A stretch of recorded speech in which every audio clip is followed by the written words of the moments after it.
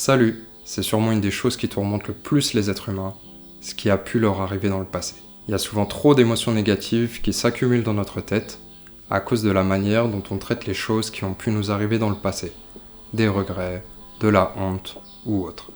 Un des enseignements communs du bouddhisme, du stoïcisme et d'autres philosophies, qui je pense est super vrai, est que le passé, c'est le passé, il est fait, on ne peut pas le changer, donc rien ne sert de le ressasser.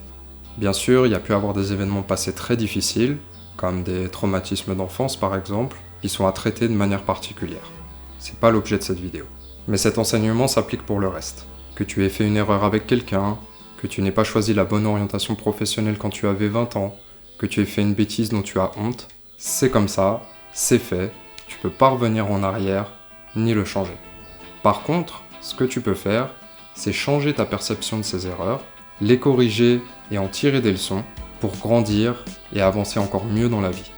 Comme on dit, c'est dans les erreurs qu'on apprend le plus. Tenter et faire une erreur, c'est échouer une fois à un moment donné, mais si on en tire des leçons et qu'on garde la tête haute, c'est devenir encore meilleur pour tout le reste de sa vie. En plus, pour les choses un peu bêtes, la plupart des gens ne jugent pas tant que ça et oublieront très vite ce qu'on a pu faire. Tu peux faire quelque chose de bizarre dans le métro, demain, 99% des gens qui t'ont vu t'auront oublié. Enfin, si c'est une erreur de chemin, la vie est bien faite, les différents points se rejoignent presque toujours. Les études ou le boulot que tu choisis dans ta vingtaine ne t'empêcheront pas de changer d'orientation, t'auront sûrement appris des choses qui te seront utiles à un moment ou à un autre de ta vie, et feront que ton profil est unique.